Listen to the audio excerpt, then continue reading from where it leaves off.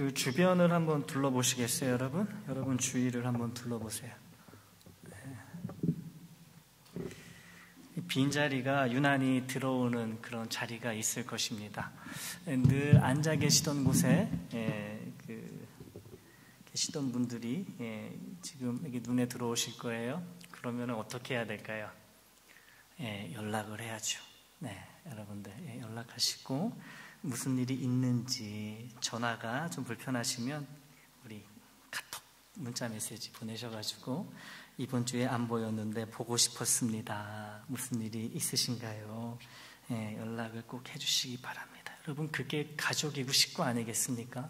이 주하기에 오든지 말든지 신경 안 쓰고, 여러분, 제가 가끔 말씀드리지만, 그 어려울 때 내가 그 어려움 당한 사람에게 연락 안 하면요, 내가 어려울 때 나 혼자 남아요. 이거 진짜예요, 여러분. 그 인생 저보다 잘 아실 거 아니에요. 더 오래 사신 분들 많으니까. 자기 인생의 그 모습은 자기가 책임지는 거잖아요. 그렇죠? 그러니까 안 보이시는 분들, 특별히 구역장님들 열심히 잘 돌봐주시고, 우리 구역원, 같은 구역에 속하신 분들은 꼭 연락을 하셔가지고 확인을 해주시기를 바랍니다. 여러분, 이 목사가 연락하는 것도 좋지만요, 교우들이 연락하면 더 좋아하세요. 왜냐하면 목사가 연락하는 건 당연한 거거든. 당연한 거 받으면 당연한 거예요. 근데 교우가 연락하면요, 은혜가 더 큰 거예요. 우리 최원일 집사님 오랜만에 오셨어요. 너무나 반갑고 감사합니다. 우리 최원일 집사님 위해서도 건강 위해서 많이 기도해 주시기를 부탁을 드립니다. 오늘 새로운 마음이라는 제목으로 하나님 말씀 증거하겠습니다. 오늘 본문 바로 앞에 있었던 두 사건들에 대해 먼저 알아보고자 해요. 먼저 세금 논쟁입니다. 마가복음 12장 13절부터 17절은요, 예수님하고 이 바리새인들 그리고 헤롯 당원들 사이에 이렇게 변론이, 알규가 일어나는 거죠.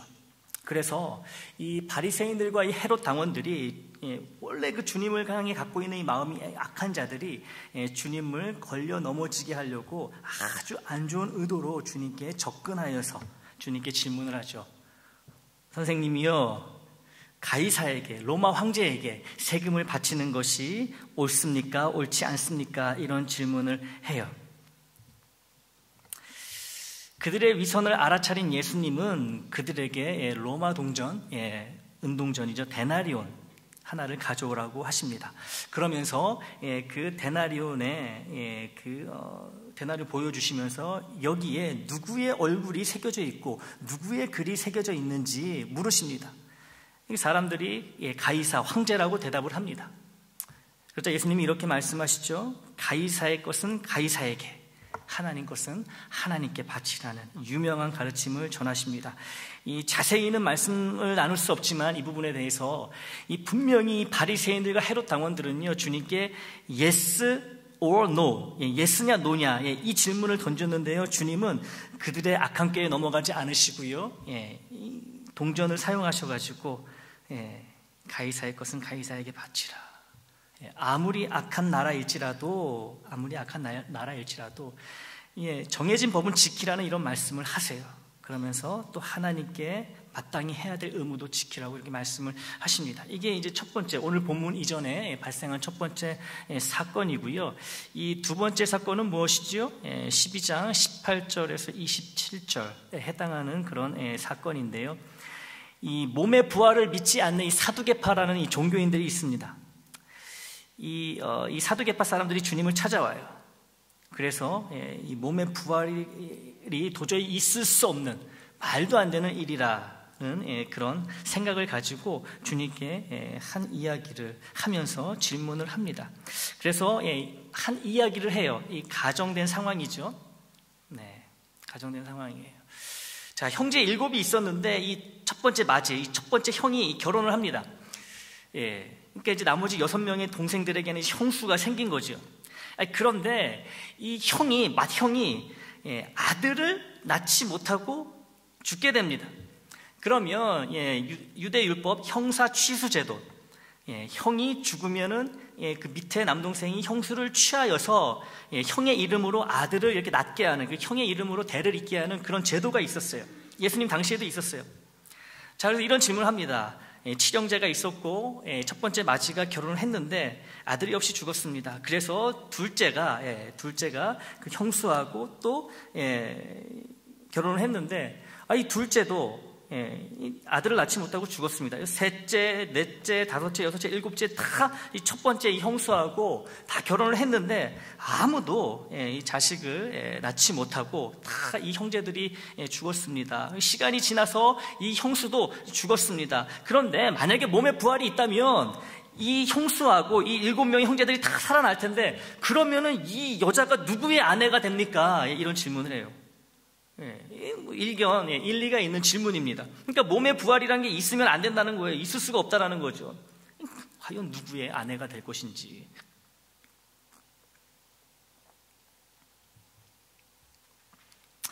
예수님은 그들이 성경에 대해 그리고 하나님의 능력에 대해 잘 알지 못한다라고 말씀하시면서 몸의 부활이 있는 그때는 지금처럼 결혼제도도 가족제도도 없고 다 우리가 천사 같은 존재, 그런 지금의 어떤 그런 가족제도나 사회제도에 얽매이지 아니하는 그런 게 필요 없는 그런 존재가 될 것이다 라고 이렇게 이야기를 하면서 하나님은 살아있는 자의 그 하나님이 되신다.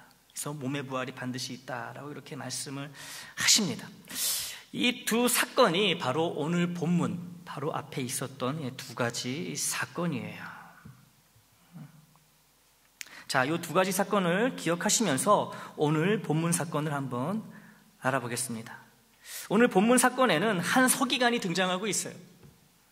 이 서기관은요, 이 모세 율법에 아주 전문적인 지식을 갖고 있는 율법 교사입니다. 학자이지요. 전문가예요.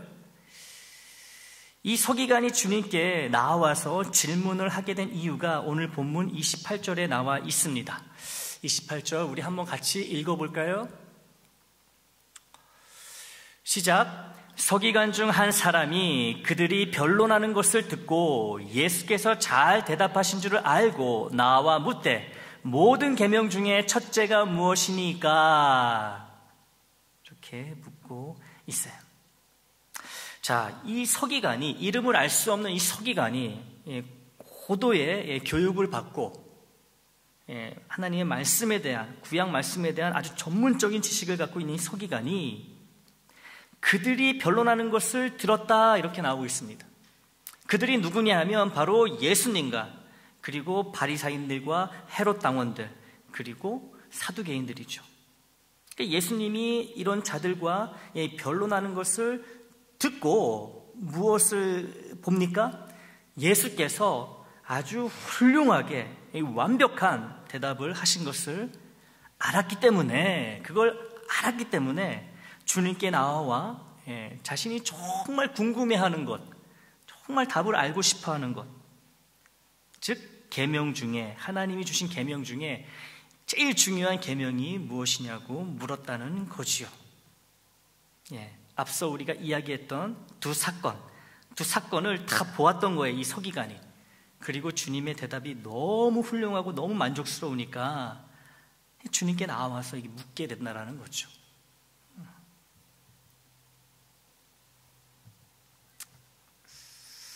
이 두 번의 변론 사건, 앞의 사건, 세금에 관한 사건, 세금에 관한 논쟁, 그리고 몸의 부활에 관한 논쟁, 이 논쟁에서 주님이 절대로 만만치 않은 내공을 갖고 있는 바리새인들, 헤롯 당원들, 이 사두개인들의 입을 꽉 닫아버리시는 것을 두 귀로 직접 듣고 두 눈으로 직접 보았기 때문에, 이런 분이라면 내가 정말로 궁금해하는 질문에 정확한 답변을 주실 수 있다는 확신을 갖게 되었다는 거예요.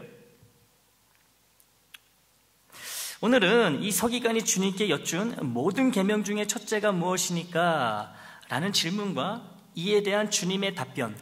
첫째는 이것이니 이스라엘아 들으라. 주 곧 우리 하나님은 유일한 주시라. 내 마음을 다하고 목숨을 다하고 뜻을 다하고 힘을 다하여 주 너의 하나님을 사랑하라 하신 것이요. 둘째는 이것이니 내 이웃을 내 자신과 같이 사랑하라 하신 것이라. 이보다 더 큰 계명이 없느니라. 에 관한 말씀은 오늘 전하지 않습니다. 다음 주에 이 질문과 주님의 대답에 대한 말씀을 나눌 거예요. 오늘은 이 서기관이 주님께 왜 다가와 마음 깊숙이 있는 질문을 하게 되었는지 그 이유를 좀 자세히 들여다보고자 합니다. 이 예수님 당시 서기관이라는 직업은 이 율법에 대한 전문 지식과 교육 그리고 법률 문제와 관련하여 유대인 사회에서 상당한 영향력을 갖고 있었던 직업이에요. 사람들은 종교적 문제, 이 법적 문제에 대한 지침을 구하기 위해 이 서기관을 랍비, 이 선생님이라고 부르며 의지했고, 이로 인해 이 서기관의 지위는 높을 수밖에 없었습니다. 존경받고 존중받는 그런 직업이었어요.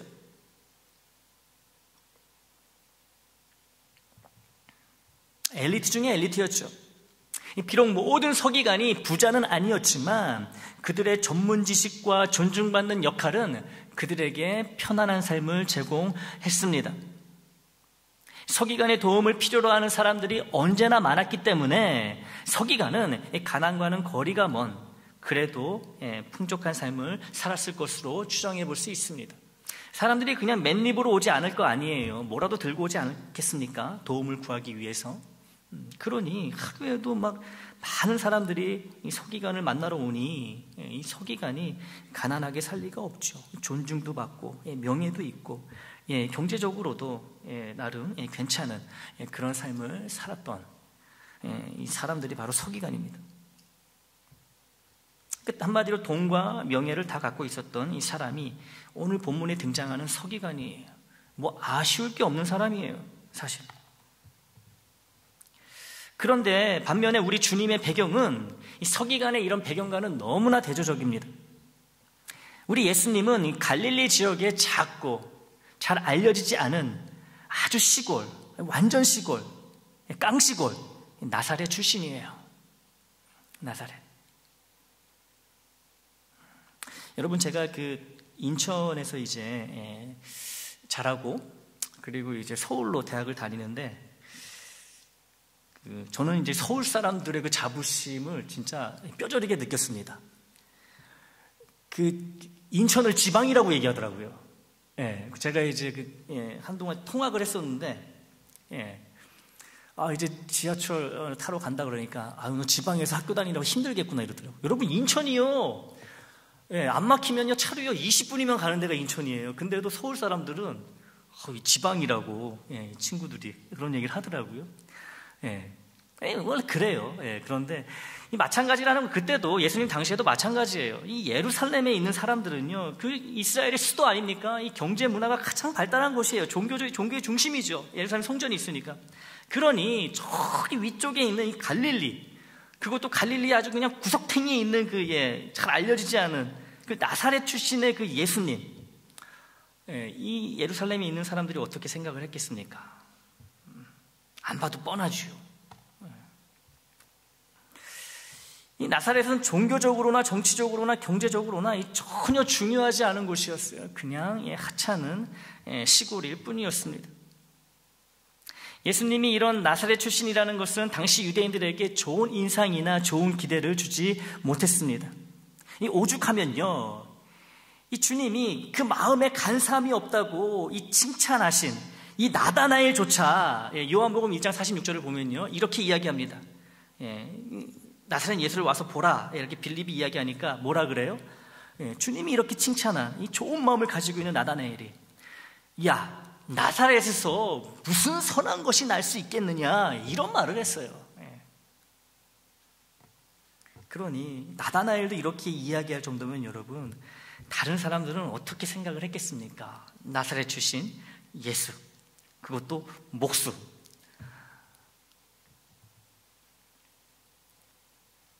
이에 더하여 우리 예수님은요, 이 율법과 구약 말씀에 대한 정규 교육을, 아주 고등 교육을 받은 서기관과 달리 이런 교육을 전혀 받지 못하신 분입니다. 물론 글을 읽고 하실 수 있었지만 사람들이 보기에 가방끈이 짧은 정도가 아니고 가방끈이 없어요. 이런 교육을 받은 적이 없기 때문에. 나사렛 출신이에요. 사람들이 무시하는. 거기다가 사람들이 보기엔 일자 무식이에요. 교육을 받은 일이 없으니까. 그러니까 이 서기관과 이 조건만 놓고 비교하자면요, 비교가 될 수 없습니다. 서기관의 조건이 훨씬 좋은 거예요. 서기관의 완승이고 예수님의 완패일 수밖에 없습니다. 이 조건만 놓고 보면은. 우리 주님은 무시당하기 좋은 조건만 갖고 계셨어. 무시당하기 좋은 조건만. 근데 이뿐만이 아닙니다. 우리 주님의 핸디캡은 이뿐만이 아니에요. 요한복음 8장을 보게 되면요, 이 유대인들 중에 주님을 사마리아 사람이라고 부르는 자들이 있었어요. 주님이 유대인이잖아요, 그렇죠? 근데 사마리아 사람들이라고 부르는 자들이 있었다는 거예요. 주님이 유대인이 아니라 사마리아 사람이라고 부르는 것은 주님의 아버지가 유대인이 아니라 사마리아 사람이라는 의미예요. 주님의 아버지가 사마리아 사람이라는 거죠. 유대인 중에 유대인인 다윗의 혈통인 주님이 왜 사마리아 사람이라는 소리를 들었던 걸까요? 그 이유는 주님의 탄생으로 거슬러 올라갑니다. 주님의 육신의 부모인 요셉과 마리아가 정혼하기 전에, 결혼하기 전에 마리아의 배가 이렇게 막 부풀어 오르기 시작하는 거예요. 사람들이 다 아는 거예요. 오, 저 사람들 아직 결혼 안 했는데, 오, 근데 마리아가 왜 이렇게 배가 부풀어 오르지? 저 그냥 밥을 많이 먹어서 나오는 배는 아닌데, 저 분명히 배에 뭐가 있는 건데. 그렇죠, 있죠. 이 마리아의 뱃속에 성령으로 잉태된 예수님이 계셨잖아요. 하지만 이 사실을 알 리 없는 주변 사람들은 마리아가 요셉을 두고 다른 남자, 그것도 사마리아 남자와 정군이 나서 이 배가 불러온다는 소문을 퍼뜨리기 시작했다는 거예요. 그 소문이 30년이 지난 지금까지도 주님을 계속 따라다녔던 것을 알 수가 있습니다. 태어나면서도 계속 이런 이야기를 들으시면서 잘하신 거예요. 공생의 사역을 시작하시고 공생의 사역 가운데 있는 지금도요, 이런 소문이 주님을 따라다니고 있는 거예요. 아이고 저것, 아이고, 이런 거죠.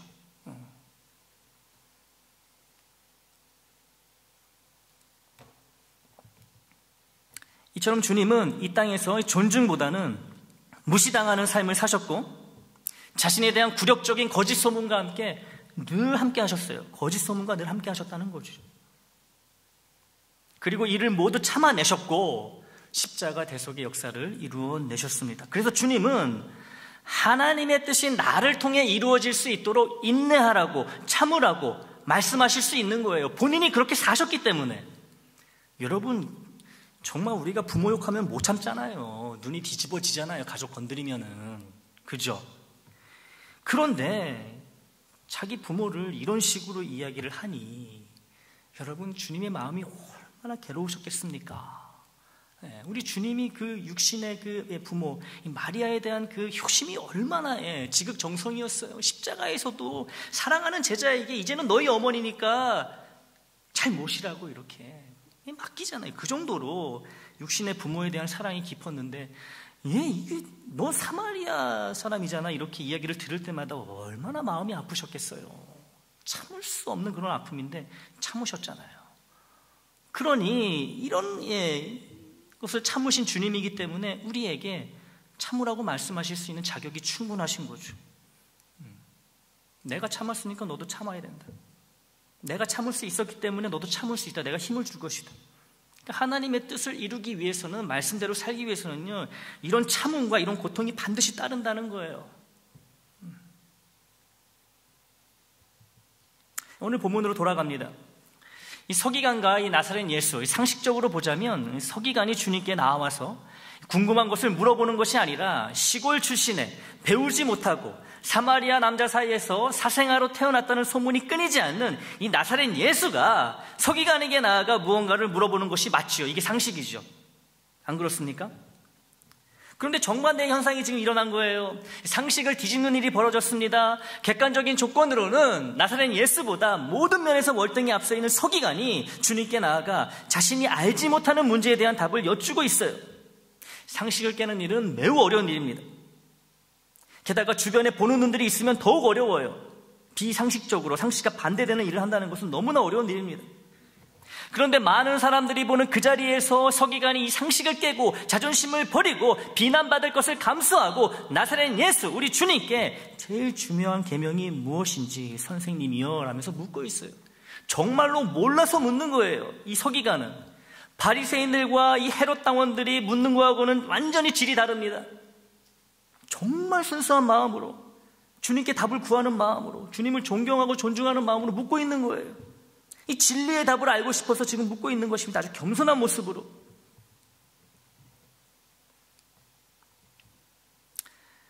가이사에게 세금을 바치는 게 맞습니까? 안 맞습니까? 이렇게 물어보던 이 바리새인들과 헤롯 당원들, 이 그들의 마음처럼 음흉한 생각이 없었다라는 거예요. 없다는 거예요. 이 서기관의 마음에는요. 주님의 권위 앞에 고개를 숙입니다. 주님이 하시는 말씀을 보니까, 들어보니까, 직접 확인해 보니까 자기의 권위는 아무것도 아니라 깨닫게 되는 거예요. 이 깨달음의 축복. 그래서 상식에서 벗어난 행동을 하게 됩니다. 주변 사람들을 깜짝 놀라게 하는 거예요. 동료 서기관들이나 바리새인들로부터, 동료 종교 지도자들로부터 심한 질타를 받을 수 있습니다. 그런데 아랑곳하지 않지요. 이 아쉬울 것 없는 이 서기관은 여러모로 내세울 것 없는 나사렛 예수에게 다가오고 질문을 하고 예수를 선생이라고 부르고 있습니다. 왜요? 나사렛 예수가 하는 말과 그 말의 권세를 두 눈과 두 귀로 똑똑히 확인했기 때문에 그래요. 사랑하는 애장 식구 여러분, 애장 지붕 아래에서 함께 신앙생활을 하고 있는 우리는 같은 말씀을 듣고 같은 말씀으로 공부하며 같은 제목으로 합심하여 기도합니다. 같은 은혜, 같은 축복, 같은 소망 속에서 주와 기회를 이루어 갑니다. 그런데요, 이 문제가 있어요. 우리 모두가, 이 애장의 식구라고 불리는 우리 모두가 같은 은혜, 같은 축복, 같은 소망에 똑같이 노출되어 있다고 해서 자동으로 우리 모두가 오늘 본문의 서기관처럼 주님께 반응하게 되는 건 절대로 아니라는 것이지요. 똑같이 주님의 말씀을 듣고 주님의 기적을 보며 주님과 대화를 나누었지만 바리새인들과 헤롯 당원들은 주님을 향한 그들의 마음에 아무런 변화가 없었습니다. 여전히 악한 마음을 가지고 있었어요. 오히려 주님의 말씀이 전파되면 될수록, 주님의 기적이 이루어지면 이루어질수록, 주님과 대화를 하면 할수록 주님을 향한 그들의 마음은 더욱 악해져 갔다는 거예요. 이와 대조적으로 오늘 본문의 서기관은 문제의 바리새인들과 헤롯 당원들 못지않은 이 좋은 배경을 가지고 있는 사람입니다. 모두에게 존경받고 존중받는 사람이에요.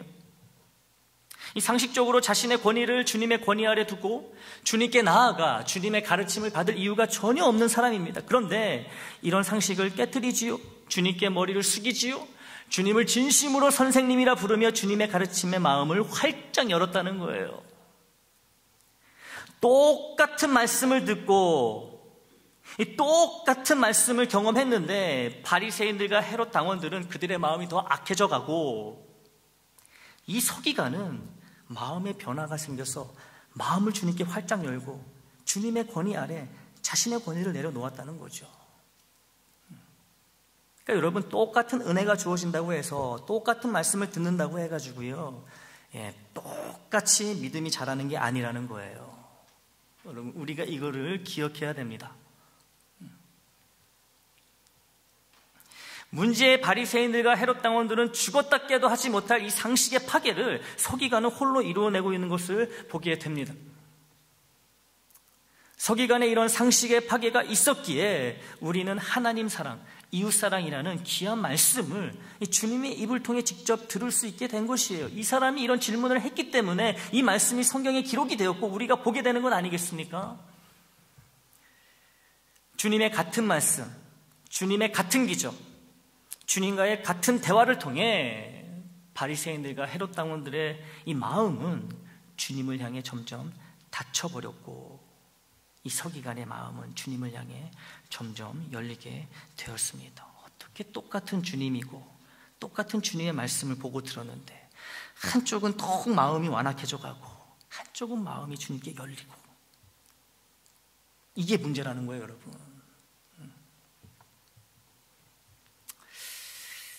사랑하는 교회 여러분, 혹시 내가 가지고 있는 나만의 상식 혹은 고정관념 때문에 주님과의 관계 그리고 교우들과의 관계가 점점 더 멀어지고 막히고 있는 건 아닐까요?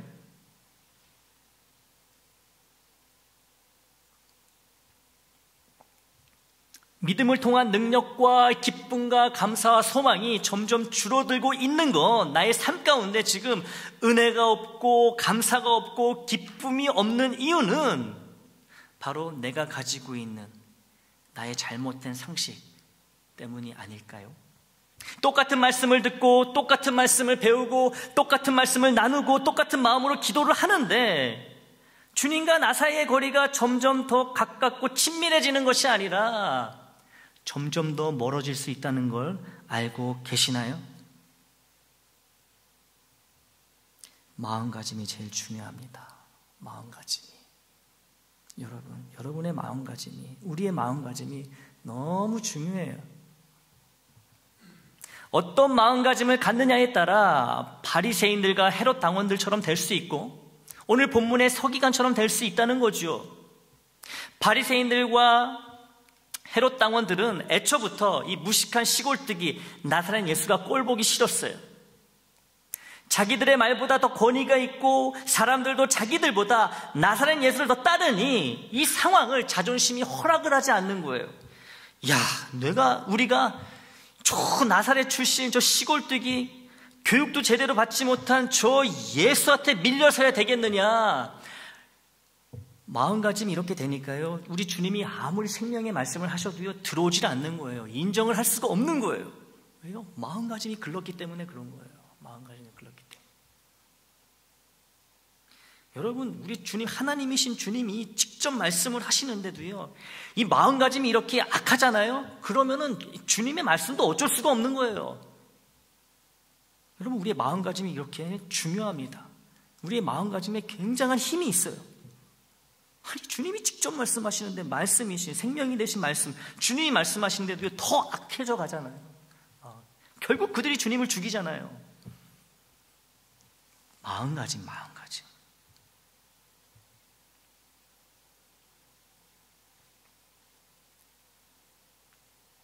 처음부터 예수를 무시하고 할 수만 있다면 죽여서라도 자신들의 상처난 자존심을 회복시키려는 그런 마음으로 주님의 말씀, 주님의 기적, 주님과의 대화를 겪다 보니 시골뜨기 무식한 나사렛 예수라는 그들의 고정관념과 그들의 잘못된 상식이 더욱 굳어져 갔던 거예요. 마음가짐이 잘못되니까요, 이런 사단이 벌어지는 거예요. 은혜의 말씀, 생명의 말씀을 듣고도요 사망의 길을 가게 되는 거예요. 나의 마음가짐에 따라서 이렇게 된다는 거죠. 아무리 생명의 말씀, 구원의 말씀, 회복과 치유의 말씀을 듣더라도 소용이 없는 거예요. 마음가짐이 그러면.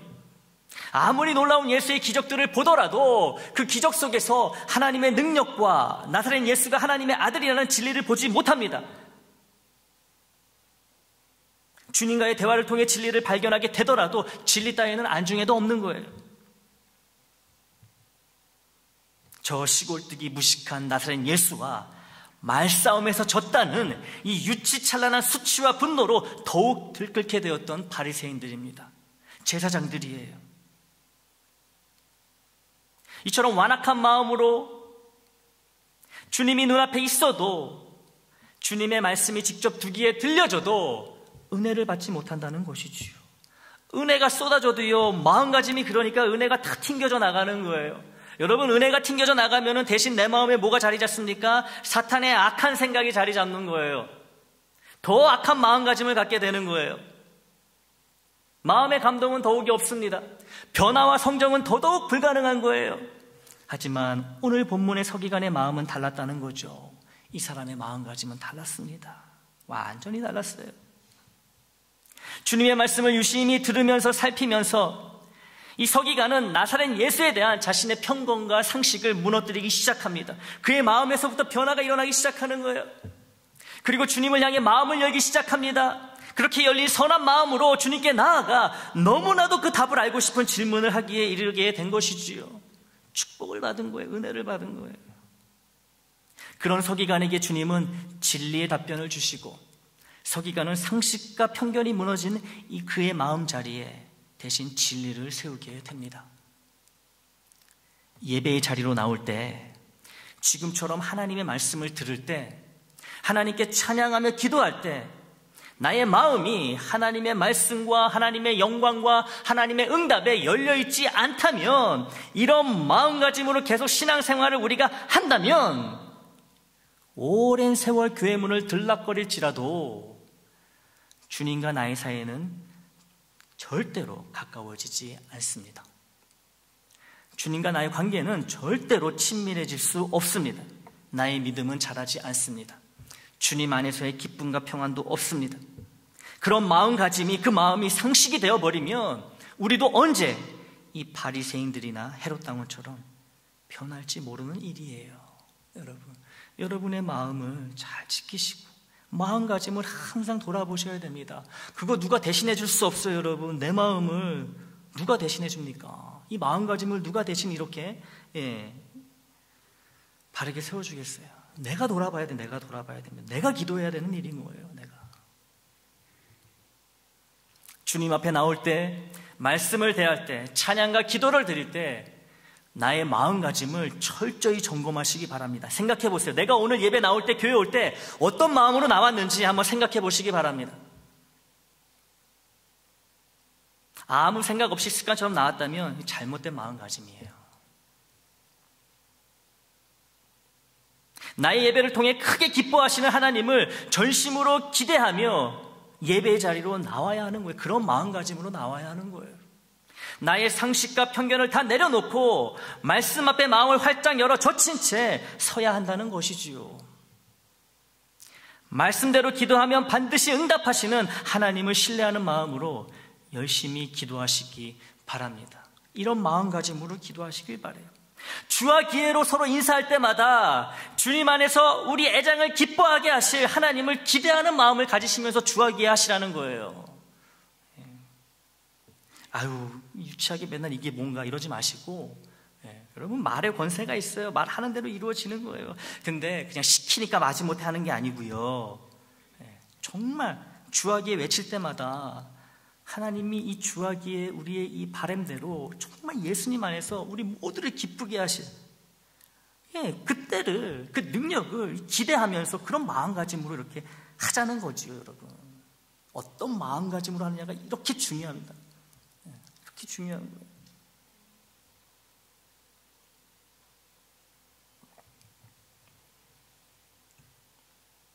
우리 애장에서는요, 앞으로도 변함없이 하나님의 생명의 말씀, 이 능력의 말씀, 치유와 회복의 말씀이 선포되고 가르쳐질 것입니다. 우리 애장에서는 하늘문을 두드리는 합심 기도의 소리가 그치지 않을 것입니다. 그러나 몸만 함께 한다고 해서 내가 이 놀라운 은혜와 역사에 참여하는 것은 아니라는 것을 다시 한번 기억하시기 바랍니다. 몸은 당연히 예배의 자리, 말씀의 자리, 기도의 자리, 찬양의 자리, 교제의 자리, 섬김과 봉사의 자리에 있어야 하되, 말씀과 찬양과 기도와 교제와 섬김과 헌신을 통해 부어주시는 하나님의 충만한 은혜, 늘 새로운 은혜를 기대하는 마음가짐을 항상 품어야 한다는 것이지요. 마음과 몸이 같이 가야 되는 거예요. 근데 마음과 몸이 따로 놀 수 있다는 거죠. 열심히 예배 참여하는 것 같아도, 열심히 교회와 교우들을 섬기는 것 같아도, 열심히 기도하는 것 같아도 나의 마음은 다른 곳에 있고 나의 마음가짐은 아주 글러먹을 수 있다는 거죠. 그러면 내가 은혜가 안 되는 거예요. 내가 복을 받지 못하는 거예요. 이게 정말 안타까운 일이지요. 열심히 했는데 마음가짐이 틀려가지고 남들 다 받는 은혜를 받지 못해요. 남들 다 신앙이 잘하는데 다 쑥쑥쑥 자라가지고 이 교회에서 없으면 안 될 사람들이 다 되어져 가는데 나는 맨날 그 자리에 있는 거예요. 왜요? 마음가짐이 틀렸기 때문에.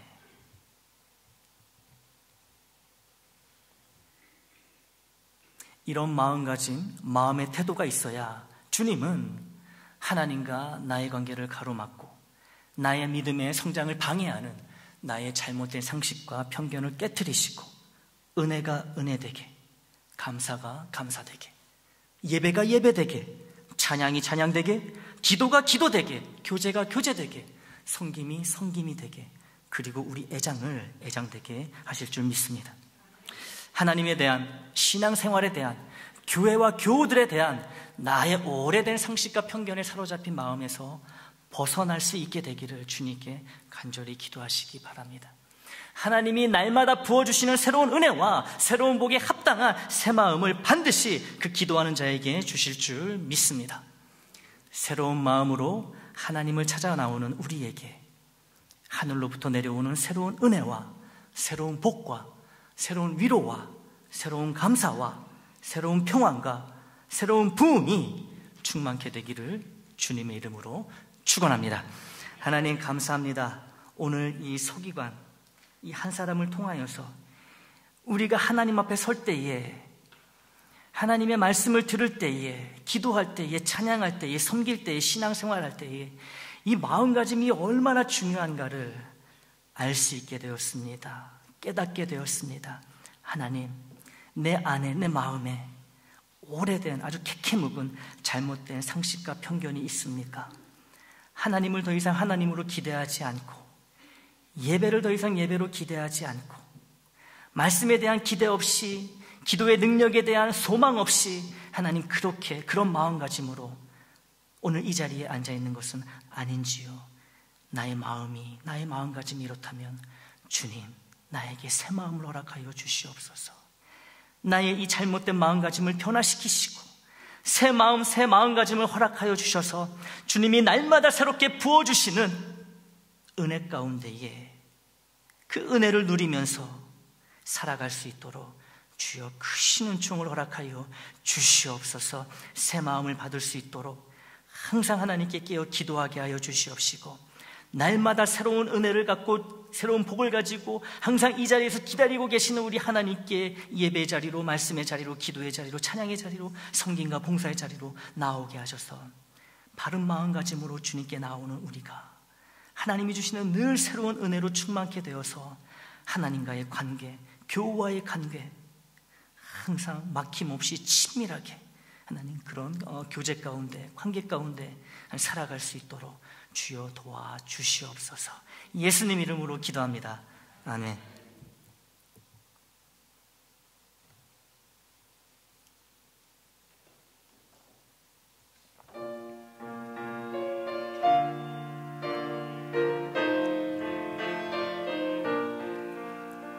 주님의 마음을 본받는 자, 그 마음의 평강이 찾아옴은 험악한 세상을 이길 힘이 하늘로부터 임함이로다.